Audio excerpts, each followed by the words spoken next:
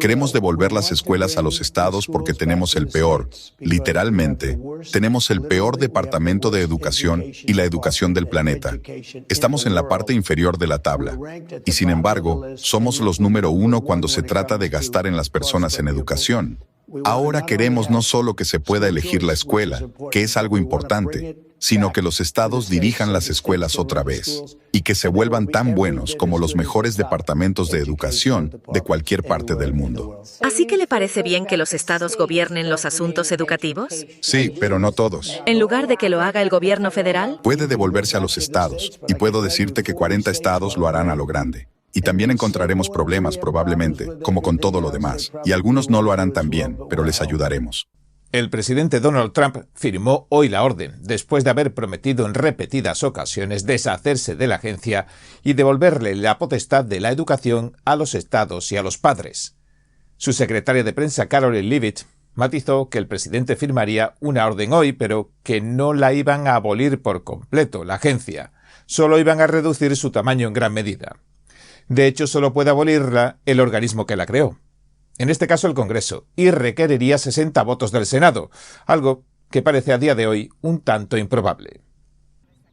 El departamento en Washington, D.C. seguirá administrando las becas Pell y los préstamos estudiantiles, pero la gran responsabilidad de educar a los estudiantes de nuestra nación volverá a los estados.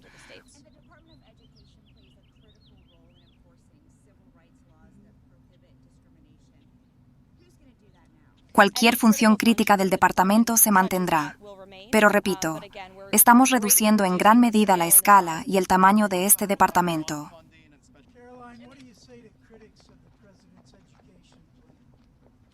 ¿Por qué no han criticado los malos resultados de los exámenes de nuestro país estas últimas décadas? El Departamento de Educación se fundó en la década de 1970. Desde entonces, nos hemos gastado más de $3 billones en esta burocracia federal. ¿Cuál ha sido el retorno de esa inversión para el contribuyente estadounidense? Niveles que están por debajo de lo ideal, de lo que se considera apto. Los resultados de las pruebas de nuestros niños son asombrosamente preocupantes en cuanto a los índices de lectura, alfabetización, matemáticas y ciencias. Las cifras lo demuestran. ¿De qué cifras habla? De acuerdo al comunicado oficial que anunciaba la orden ejecutiva de Trump, las calificaciones en matemáticas y lectura de los niños de 13 años están en el nivel más bajo en décadas. 6 de cada 10 estudiantes de cuarto grado y casi 3/4 partes de los estudiantes de octavo grado no saben matemáticas. 7 de cada 10 estudiantes de cuarto y octavo grado no saben leer, pero es que el 40% de los estudiantes de cuarto grado ni siquiera alcanzan los niveles más básicos de lectura. La nueva secretaria de Educación de Trump, Linda McMahon, señalaba que también hay que enfocarse en una de las mayores debilidades del sistema para garantizar que los estudiantes alcancen el éxito. Le diré algo increíble. Cuando se piensa en la escuela secundaria, en los que se gradúan, solo el 30% sabe leer bien. Eso no significa que no puedan leer palabras sueltas, pero no entienden lo que leen. Y eso es en lo que nos estamos al tanto. Uno aprende a leer hasta tercer grado. Estás aprendiendo a leer hasta el final del tercer grado. Y luego ya lees para aprender. Pero si no puedes leer después del final de tercer grado, entonces la lectura te atrasa. Y en eso, tenemos que centrarnos. Está claro que no vamos a quitar la educación. El presidente nunca ha dicho eso. Está eliminando la burocracia de la educación para que fluya más dinero a los estados. Una mejor educación está más cerca de los niños con los padres, con los superintendentes locales, con los consejos escolares locales. Y McMahon será la persona encargada de cumplir la orden de Trump y tomar todos los pasos necesarios para preparar el cierre del Departamento de Educación y transferir su autoridad a los estados. De acuerdo a la hoja informativa que recibimos aquí en la NTD, durante todo el proceso se encargará también de que no haya interrupciones en la prestación de servicios, programas y beneficios para los estadounidenses. Tanto la diversidad, la equidad, como la inclusión, la DEI, como la ideología de género, quedan totalmente descartadas de cualquier programa o actividad que reciba fondos del departamento. Cuando compareció ante el Senado, Antes de su confirmación, McMahon declaró esto. Quiero agradecer la confianza que deposita el presidente Trump en mí para dirigir un departamento cuya misión y autoridad fueron uno de los enfoques especiales de su campaña. Se comprometió a hacer de la educación estadounidense la mejor del mundo, devolverle la educación a los estados donde pertenece y liberar a los estudiantes americanos de la burocracia educativa y que puedan elegir su escuela. En noviembre, se demostró que los estadounidenses apoyan abrumadoramente la visión del presidente y yo estoy lista para implantarla. La educación es la cuestión que determina nuestro éxito como nación y que prepara a los trabajadores estadounidenses para afrontar el futuro.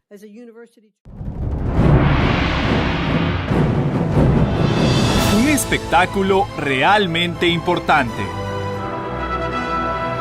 para cada uno de nosotros. Esto es lo que usted ha estado esperando.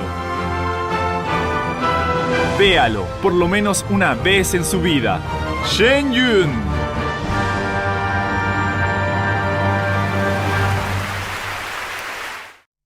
El Departamento de Educación empleaba a unos 4.200 trabajadores antes de que se despidiera recientemente a unos 1.300. El Congreso creó el departamento bajo una ley de 1979, que lo hizo independiente del Departamento de Salud, Educación y Bienestar de aquel entonces. Ahora, según la Casa Blanca, en educación, el gobierno federal ha fallado a los estudiantes, a los padres y a los profesores tras generar una deuda de 3 billones con B de dólares. Mira, el Departamento de Educación es una gran estafa. Nos clasifican entre los 40 mejores países del mundo, pero quedamos en el puesto 40. Sin embargo, estamos en el puesto número 1 en lo que se paga por alumno. Así que gastamos más por alumno que cualquier otro país en el mundo. Pero estamos en el número 40. Hemos estado entre el 38 y el 40. La última vez que miré fue el 38, y luego miré hace 2 días, cuando salió la nueva lista. Y salimos en el número 40, así que estamos en el puesto 40. Noruega, Dinamarca, Suecia, y odio decirlo, China, tan grande como es, están entre los 5 primeros. Y ese es nuestro mayor competidor.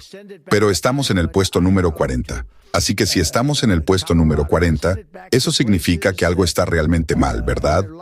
Por eso digo que devuelvan la educación a Iowa, a Colorado, y a un montón de lugares como Indiana. Allí, tienes un gran nuevo gobernador, tienes un gran senador, Jim Banks, que acaba de salir elegido. Tienes a grandes personas, y les diré una cosa, Indiana va a ser fantástica. Probablemente tengamos 35, tal vez 37 estados que lo harán tan bien como Dinamarca, Noruega, Finlandia y Suecia. Serán igual de buenos. El senador Jim Banks respondió así. Supongo que se podría decir que el presidente Trump y la secretaria Linda McMahon están dándole codazos a la burocracia del Departamento Federal de Educación. Y hace tiempo que se veía venir porque piensa que el burócrata promedio del Departamento Federal de Educación gana más del doble de lo que ganan los profesores en Indiana. Así que cuando se habla de los 100.000 millones de presupuesto para todo el departamento, piensen en las escuelas que se podrían construir y los maestros que se podría contratar. Eso es lo que está haciendo el presidente Trump. Les está devolviendo estos dólares a los estados para que puedan gastárselos de manera mucho más sabia y efectiva que el gobierno federal. Esto ha tardado mucho en llegar. Tienen razón.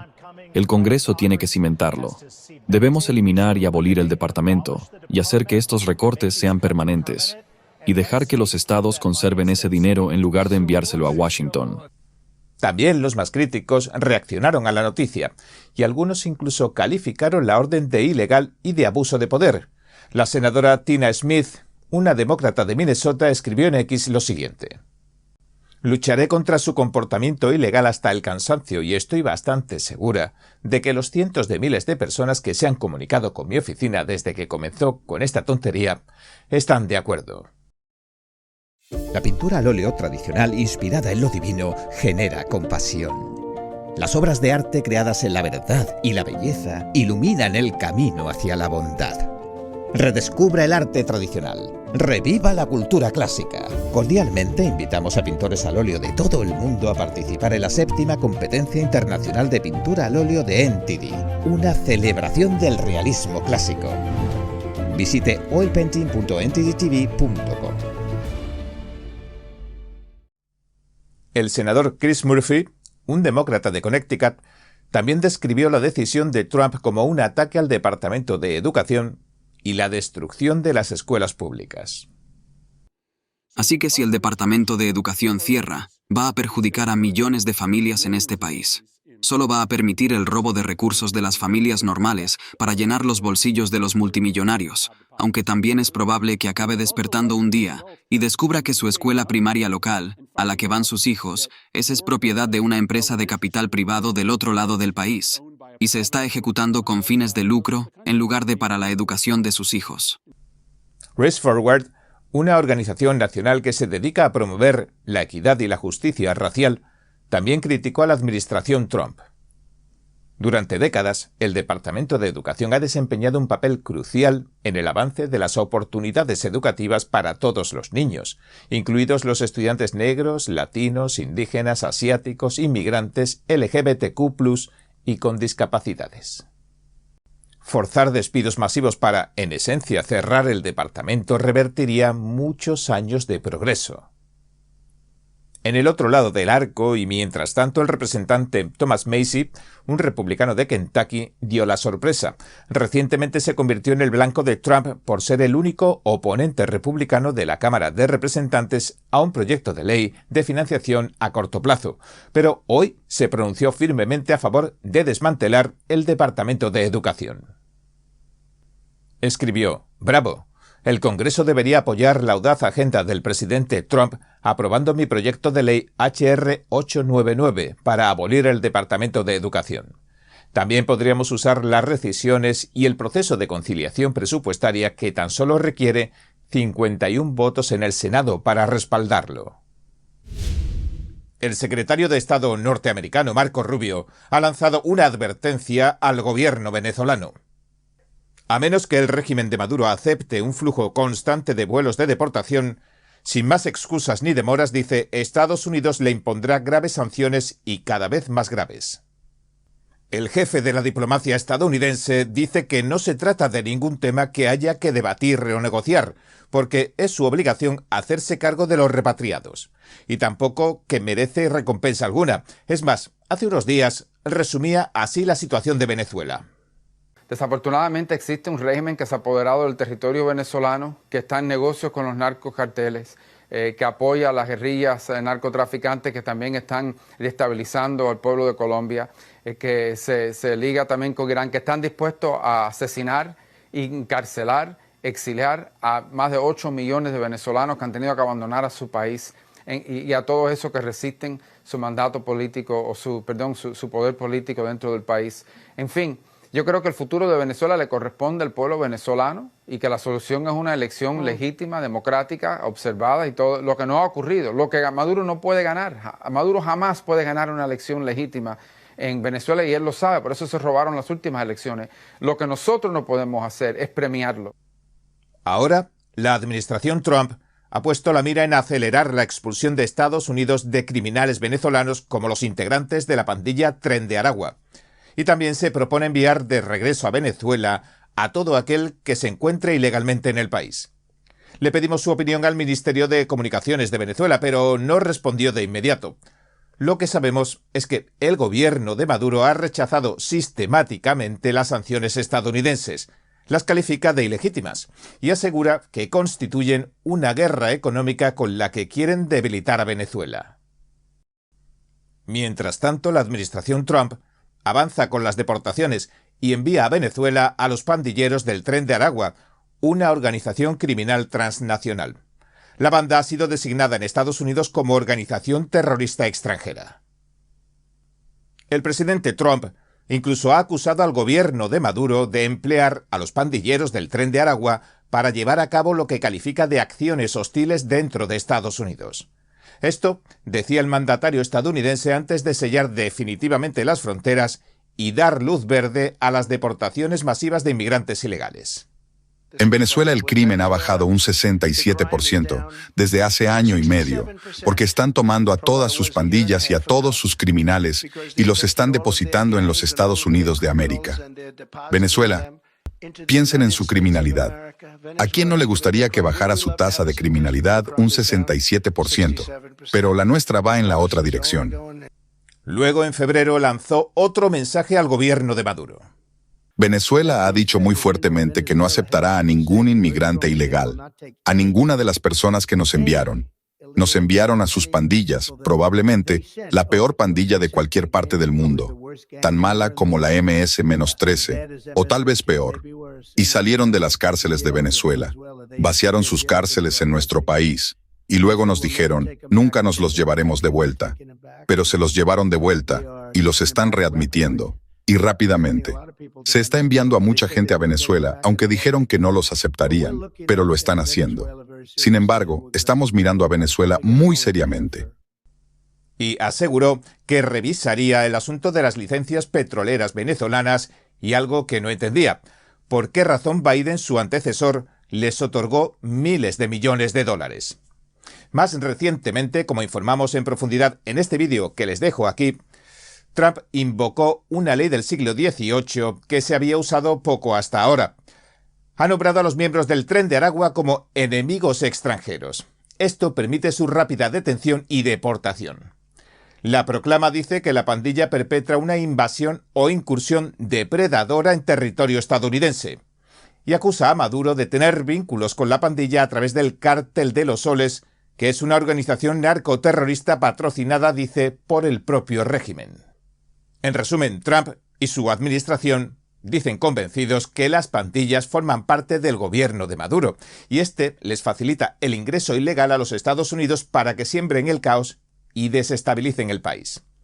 Por eso, Trump está enviando a los que se considera los criminales más peligrosos a la prisión de máxima seguridad del presidente Nayib Bukele en El Salvador, como mostramos y comentamos ayer en profundidad. Pero para el líder venezolano, la ley de enemigos extranjeros y el envío de venezolanos al centro de confinamiento terrorista de Bukele representan un atentado contra inmigrantes venezolanos inocentes. Los metieron esposados, de manos, de piernas, sin decirle dónde iban. Y cuando llegaron a El Salvador, los bajaron a garrote, a palo, los humillaron, los tiraron al piso, les cortaron y les raparon el coco. Eso se llama justicia, eso se llama derecho internacional, eso se llama derechos humanos. ¿Cómo se llama eso? Eso se llama fascismo, nazismo. Y Venezuela está presta y lista para denunciar esta violación masiva de derechos humanos contra los migrantes, trabajadores y nobles en los Estados Unidos. Vocera Nacional, nuestra recomendación oficial para que eviten viajar al territorio de los Estados Unidos. Y todo venezolano y venezolana que esté allá, vamos a mover todos los mecanismos que estén a nuestro alcance, con países amigos, con Naciones Unidas, nuestra delegación en Nueva York en Naciones Unidas, para protegerlos legalmente. Venezuela, uno de los países más empobrecidos de Sudamérica, a pesar de tener las mayores reservas de petróleo del mundo, cuenta con una de las tasas migratorias más altas del mundo también. De hecho, el dinero que envían los millones de migrantes desplazados a sus familias en Venezuela es un pilar para su maltrecha economía. Y también está la cuestión de los derechos humanos. Mientras tanto, en medio de las tensiones entre Estados Unidos y Venezuela, el Departamento de Justicia ha tomado nuevas medidas contra el régimen de Maduro. Ha decomisado en Florida un avión Dassault Falcon 900. Supuestamente fue sacado de contrabando de los Estados Unidos y operado en nombre de Maduro, en violación de las sanciones estadounidenses y de las leyes de control de exportaciones. Y a finales de febrero, el presidente Trump revocaba el permiso de la última empresa estadounidense que extraía petróleo en Venezuela y dio dos razones. Una, que Venezuela no estaba colaborando en la repatriación de inmigrantes ilegales y delincuentes violentos venezolanos. Y en segundo lugar, el régimen de Maduro dijo que perdió las últimas elecciones ante Edmundo González. Y aunque amañaron supuestamente los resultados posteriormente, muchos países, incluido Estados Unidos, consideran a González el verdadero presidente de Venezuela, y lo tratan como tal cuando visita sus países en busca de apoyo. Como presidente electo de millones y millones de venezolanos que votaron por un cambio, la democracia y la paz, no me van a callar. Jamás los voy a traicionar. Esto lo saben todas y cada una de las personas con las que he hablado hasta hoy. La comunidad internacional continúa incrementando su respaldo a la voluntad soberana del pueblo venezolano. Lo que deberían estar divulgando son las actas de escrutinio. La verdad es lo que es y está en las actas que ustedes pretenden ocultar. No van a callar un país que ya habló. Como comentábamos, Venezuela posee las mayores reservas de petróleo del mundo, pero bajo el gobierno de Maduro, la corrupción y la mala gestión han empobrecido al país y provocado una emigración masiva. Incluso el gobierno estadounidense ha ofrecido $25 millones por información que conduzca a la captura de Maduro por tráfico de drogas y crimen organizado. Y hoy mismo, María Corina Machado, la que se convertiría en la vicepresidente de Edmundo González, permanece escondida en Venezuela. Asegura que un grupo nutrido de militares protege su vida. Señor presidente, esta no es una tiranía convencional. Venezuela es un país secuestrado por un sistema criminal. Al régimen solo le queda la represión y el terror, y eso es síntoma de su propia debilidad. El mundo no puede ignorar este horror. Y es que una causa que contribuye al descontento venezolano con el régimen es la violación sistemática de los derechos humanos, entre los que se cuentan homicidios, desapariciones forzadas y la falta de libertad de expresión. El 25 de febrero se informó que el activista opositor venezolano, Reinaldo Araujo, falleció en prisión por falta de atención médica. Su viuda culpó al régimen de su muerte. Araujo fue arrestado durante una protesta de la oposición en enero. Y es solo el último de aproximadamente 20 presos políticos que ya han muerto en una prisión venezolana en los últimos años. El secretario de Estado Marco Rubio y varios congresistas de Miami han sido fundamentales para endurecer la postura contra el régimen de Maduro. Han apoyado durante mucho tiempo que se cancelen los permisos de las compañías petroleras estadounidenses que operan en Venezuela. Y también han luchado por el aumento de las sanciones contra el país, que ahora vemos que ya se avecina. Pero cuando se anunció la cancelación del último permiso, Donald Trump Jr. entrevistó a la líder de la oposición venezolana, a María Corina Machado.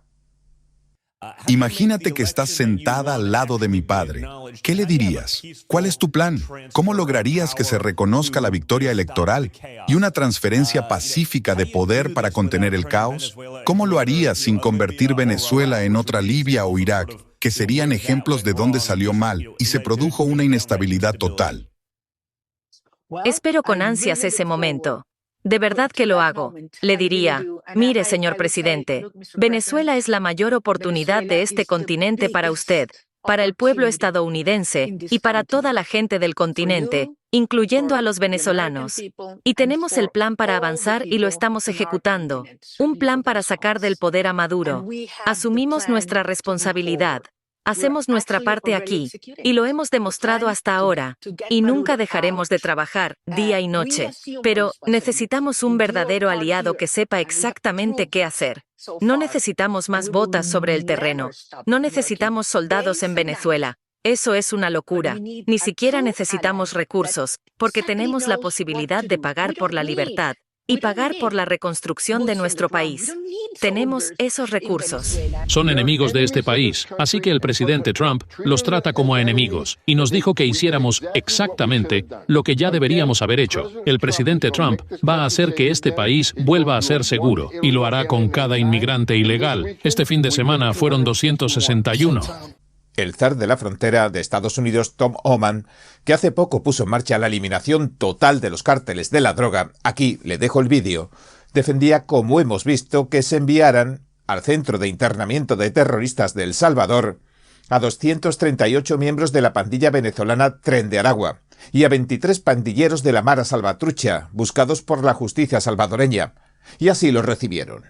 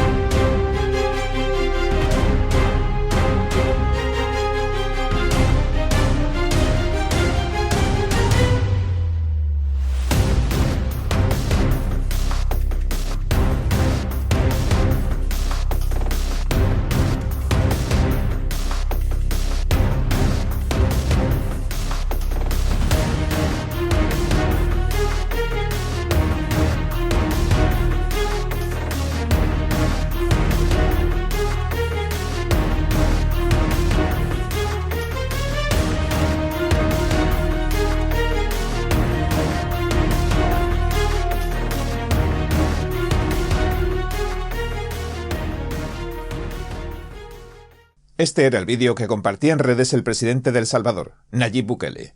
Estados Unidos pagará varios millones de dólares por los reclusos por un año, prorrogable. Y aún así, para Estados Unidos resulta un ahorro del dinero de los contribuyentes, según el secretario de Estado, Marco Rubio. El presidente Trump también le dio las gracias al presidente Bukele y le aseguró que no olvidarán su apoyo. Además, para El Salvador, esta entrada de dinero contribuye, según Bukele, a hacer sostenible un sistema penitenciario de 200 millones anuales, y ya está planeando que los propios reclusos contribuyan a pagar la parte restante de los gastos, desarrollando trabajos en los talleres con su nuevo programa Ocio Cero. Y asegura que los 2 miembros de alto rango de la Mara Salvatrucha que les envía a Estados Unidos colaborarán, según dice, para poner el último clavo en el ataúd de la banda. Y estos que les envían para Bukele serían solo los de la primera tanda. Pero el camino no ha sido fácil para la administración estadounidense. Veámoslo. El 15 de marzo, el presidente Trump invocó la Ley de Enemigos Extranjeros de 1798 para acelerar la deportación de los presuntos miembros de la pandilla Tren de Aragua y Mara Salvatrucha. El gobierno acordó pagarle a El Salvador $6 millones durante un año. Rubio había llegado a este acuerdo, como informamos en vídeos anteriores, en su primera visita diplomática.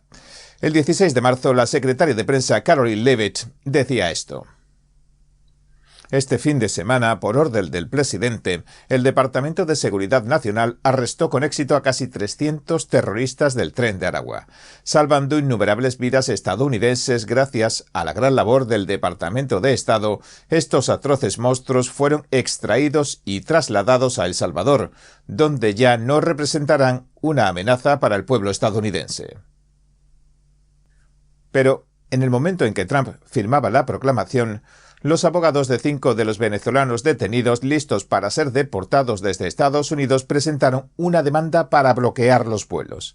El juez federal del distrito James Boasberg del Tribunal del Distrito de Columbia reaccionó. Emitió una orden que prohibía que se deportara a esos 5 demandantes durante al menos 2 semanas. Necesitaba tiempo, según dijo, para concluir los procedimientos legales. Los demandantes alegaron que la ley de enemigos extranjeros solo se aplica en tiempos de guerra.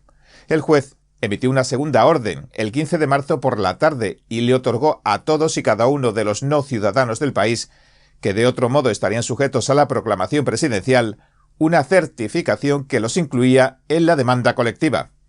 Nadie podrá ser deportado en 2 semanas. El zar de la frontera de Trump respondía hoy así. Quiero decir, ¿quién en su sano juicio, seas juez o no, quiere que el Tren de Aragua, una reconocida organización terrorista que nos envió el régimen de Maduro para crear estragos en Estados Unidos, matar a miles de estadounidenses con el fentanilo, violentar a los ciudadanos americanos, violar y asesinar a mujeres jóvenes de este país? Son enemigos de este país y el presidente Trump los trata como a enemigos. El juez también ordenó en ese momento que todos los vuelos de deportación que ya estaban en el aire se dieran la vuelta. Pero la administración de Trump se negó, diciendo que esos 300 ya estaban sobrevolando aguas internacionales, así que la orden nacional dejaba de tener efecto. También la fiscal general Pam Bondi presentó una moción de emergencia para pausar la orden de Boasberg. Escribió: este tribunal debe detener esta intrusión sin precedentes en la autoridad que posee el Ejecutivo para expulsar a los extranjeros peligrosos que representan graves amenazas para el pueblo estadounidense. Bukele publicó un mensaje que decía «Uy, demasiado tarde», junto con una captura de pantalla de un artículo del New York Post que anunciaba las órdenes judiciales. El juez Boasberg, designado por Obama, que ordenó detener los vuelos de deportación de los pandilleros, también le concedió la libertad condicional a Ray Epps, un Ray Epps que incitaba a las masas el 6 de enero. Ray Epps estaba en la lista de los más buscados del FBI un día, y al día siguiente estaba fuera de la lista del FBI. Solo hay 2 formas de que eso ocurra: te mueres o te conviertes en un informante. Esto decía Kash Patel semanas antes de ser nombrado actual jefe del FBI. El juez Boasberg también supervisó las órdenes FISA para espiar a Trump por su presunto complot con Rusia e incluso asistió al juicio de Trump en D.C. de pie en la parte trasera de la sala. El congresista Brandon Gill ya ha advertido que va a tratar de destituir al juez por lo que califica como activismo político. Al final, los vuelos llegaron a El Salvador, su destino, como vimos. La Venezuela de Maduro reaccionó y criticó que Estados Unidos ponga en marcha la ley de enemigos extranjeros porque el Tren de Aragua, según dice, ni siquiera existe. Asegura que es una violación de los derechos humanos esta ley. La ley solo se ha utilizado en 3 ocasiones anteriores, y todas durante guerras. La última vez fue durante la Segunda Guerra Mundial. Se usó para encarcelar a alemanes e italianos y para el internamiento masivo de civiles estadounidenses de origen japonés. Ahora, la declaración de Donald Trump dice, refiriéndose a Venezuela y a las pandillas como el Tren de Aragua, lo siguiente. El resultado es un estado criminal híbrido que perpetra una invasión e incursión depredadora en Estados Unidos, representando un peligro sustancial para este país. Esta ley centenaria le otorga al presidente la facultad de detener a los extranjeros en tiempos de guerra. Están usando una ley de hace 200 años para eludir el debido proceso. ¿Una ley antigua? No es tan antigua como la Constitución, a la que respetamos todavía, ¿no? Pero en la demanda de la Unión Estadounidense por las Libertades Civiles, la ACLU, y la Democracy Forward, dicen que la ley no es válida porque Estados Unidos no está en guerra con Venezuela ni sufre una invasión, que son las condiciones que requiere la ley de 1798. Poco después, el presidente Trump, que ya en su primer mandato se autocalificaba como un presidente en tiempos de guerra, respondía en el Air Force One a la pregunta de si le parecía apropiado invocar la ley. Son tiempos de guerra porque Biden dejó que millones de personas, muchos de ellos criminales, pero muchos, y de los peores, otros países vaciaron sus cárceles en Estados Unidos. Eso es una invasión. Y son muchos los criminales, muchos. Asesinos, traficantes de drogas de alto perfil, capos de la droga y personas de instituciones mentales. Eso es una invasión. Han invadido nuestro país. ¿No es así? Por lo tanto, en ese sentido, esto es la guerra. Y añadió que en algunos aspectos es incluso más peligroso que una guerra, porque en la guerra se llevan uniformes y sabes a quién disparar y a quién persigues. Pero ahora entre los que han llegado y caminan por las calles de Estados Unidos hay cientos de asesinos, según dice. Al presidente también le preguntaron por otro caso en el que un juez está presentando oposición a otra de sus órdenes. Un juez ha ordenado que el gobierno federal tiene que volver a contratar a los trabajadores federales que ha despedido. ¿Piensa cumplirlo? No tengo nada que ver con eso. Escuché el dictamen.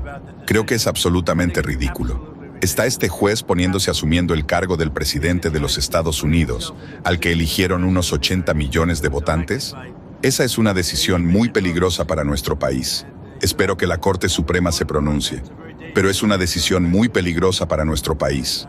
Estos despedidos, en muchos casos, ni siquiera se presentaban a trabajar. Nadie sabe siquiera si existen. Y un juez quiere que les paguemos aunque no sepamos que existen, si existen. No creo que eso vaya a suceder, pero todavía hay que verlo. Eso hay que hablarlo con los abogados. Bien, Trump y Putin acaban de colocar los cimientos de lo que podría ser el fin de la guerra en Ucrania. Han acordado que Rusia no atacará ni instalaciones ni servicios vitales o algo así, ahora lo veremos, durante los próximos 30 días. Es decir, las conversaciones con la segunda parte liza han dado comienzo. Y ahora entremos en materia. Acordamos un alto al fuego inmediato en toda la energía y la infraestructura, con el entendimiento de que trabajaremos con rapidez para lograr un alto al fuego completo y, en última instancia, el fin de esta terrible guerra entre Rusia y Ucrania. Estas fueron las conclusiones que escribió el presidente estadounidense Donald Trump tras la esperada conversación telefónica que mantuvo esta mañana con el dirigente ruso, Vladimir Putin. En resumen, el mandatario estadounidense ha logrado que Moscú se comprometa a un alto el fuego parcial con el que, según dice, espera salvar vidas, que se calmen los ánimos y hacer que el resto de las negociaciones lleguen a buen puerto. Escribió esto también. Se discutieron muchos elementos de un contrato de paz, incluyendo el hecho de que miles de soldados están muriendo y tanto el presidente Putin como el presidente Zelensky desean que termine. Este proceso está ahora en pleno vigor y, con suerte, por el bien de la humanidad, lograremos el objetivo. Enfóquese en la belleza, muestre la naturaleza, comparta la bondad, sienta la rectitud. 2025, la 5ª competencia internacional de fotografía de NTD. capture los momentos más hermosos a través de su lente. Sus obras se exhibirán en galerías y en múltiples plataformas en línea. Admírelas y colecciónelas. Visite foto.ntdtv.com.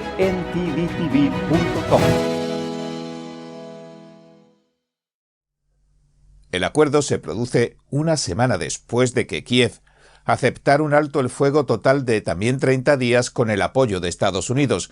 Trump previamente suspendió temporalmente el intercambio de inteligencia militar y la ayuda financiera a Ucrania después de mantener una acalorada discusión con el líder ucraniano en la Casa Blanca. ¿Puedo contestar? No, has hablado mucho. Tu país tiene grandes problemas. Ya lo sé. No estás ganando. Lo sé.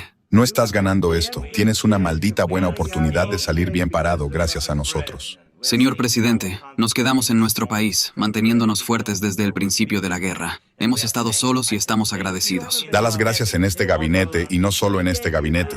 Os dimos a través de este estúpido presidente 350,000 millones. Ustedes votaron por su presidente. Os dimos equipamiento militar. Ustedes votaron por su presidente. Sus hombres son valientes, pero si no hubieran tenido nuestro equipo militar, esta guerra habría terminado en 2 semanas. Su país está en graves problemas. ¿Puedo responder? Después de que Zelensky firmara el alto el fuego de 30 días, Trump restableció la ayuda militar y el intercambio de inteligencia entre ambos países. Aunque el lunes volvió a recordarle a Ucrania que no se encuentra en posición de exigir nada. Putin, que por otra parte había mostrado cierta disposición a un alto el fuego de más duración, cambió de idea en el último momento porque el acuerdo no satisfacía, dijo, todas sus preocupaciones. En el resumen de la llamada, que duró casi 2 horas, la Casa Blanca dijo que intentará extender la tregua para que cubra también el Mar Negro, y luego pasar a un alto el fuego aún más amplio y, al final, a una paz permanente. El Kremlin, por su parte, informó de que se establecieron 2 requisitos imprescindibles en las negociaciones en la Oficina Oval. Dijo que se hizo hincapié en que la condición clave para impedir la escalada del conflicto y trabajar hacia su resolución por medios políticos y diplomáticos debe ser el cese completo de la asistencia militar extranjera y el suministro de información de inteligencia a Kiev.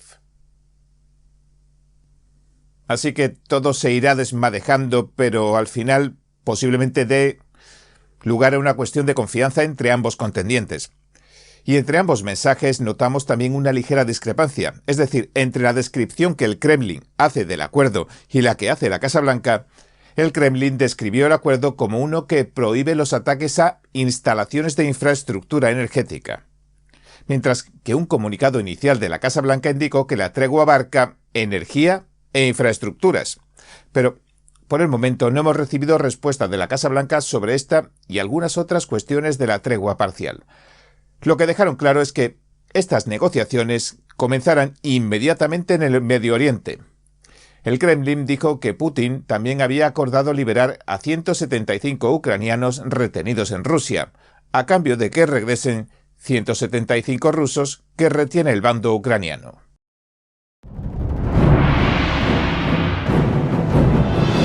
Un espectáculo realmente importante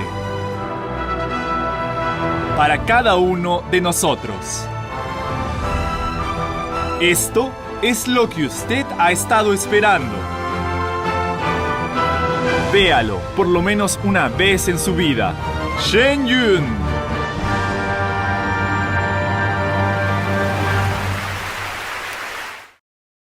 Antes de la llamada, el ministro de Asuntos Exteriores de Ucrania, Andriy Sybiha, declaró que Kiev no será un obstáculo para un acuerdo de paz con Rusia. Incluso se mostró optimista y dijo que ambas partes podrían lograr una paz justa y duradera bajo el liderazgo de Trump.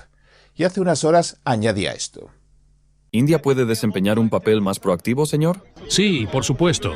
En realidad tenemos la oportunidad de terminar esta guerra este año, así que necesitamos apoyo global, unidad global para respetar la integridad territorial y los principios de soberanía de la Carta de la ONU.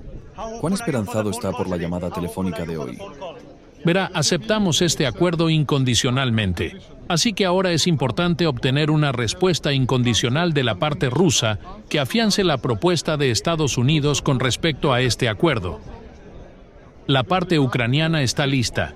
Ya hemos formado nuestro equipo de negociación, así que estamos listos para avanzar, para proceder. Queremos ponerle fin a esta guerra este año. Queremos lograr una paz duradera este año, porque esta guerra no solo afecta a Ucrania, tiene consecuencias negativas globales. La llamada entre ambos líderes se produjo después de que el enviado de Trump, Steve Witkoff, se reuniera con Putin la semana pasada. Según Witkoff, tanto la parte estadounidense como la rusa lograron muchos avances en aquel entonces durante esa reunión que duró más de 3 horas. No quiero poner palabras en boca del presidente Putin, pero creo que ha indicado que acepta la filosofía del presidente Trump. El presidente Trump quiere que esto se termine, y creo que el presidente Putin quiere que esto se termine.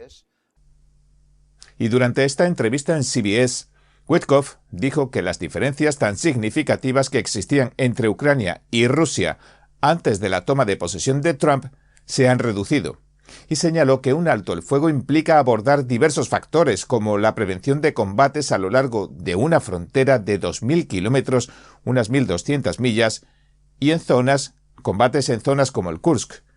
El presidente Trump también acordó un alto el fuego con el líder ucraniano Zelensky hace una semana, y habló de la urgencia de parar lo que califica de masacre para ambos bandos. Muy importante, y lo dije, Ucrania.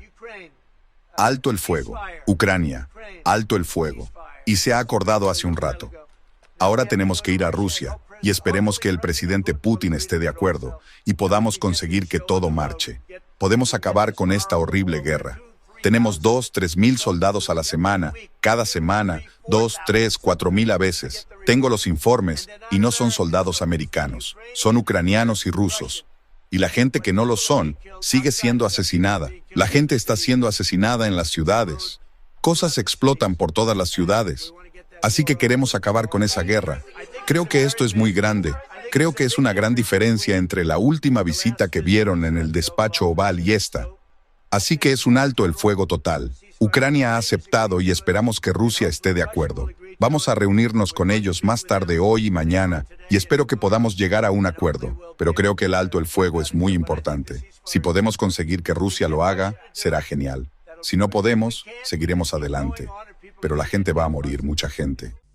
Trump también reveló que Washington y Moscú ya han comenzado a discutir, dejando un poco fuera de la mesa de negociaciones a Ucrania, sobre dividir ciertos activos entre Ucrania y Rusia como parte de un acuerdo para poner fin al conflicto. Además, Witkoff y la secretaria de prensa de la Casa Blanca, Karoline Leavitt, sugirieron que funcionarios estadounidenses y rusos han discutido el destino de la planta de energía nuclear de Zaporizhzhia, la más grande de Europa en el sur de Ucrania. La planta ha estado en el punto de mira desde que Moscú envió tropas a Ucrania en 2022 y se apoderó de las instalaciones poco después.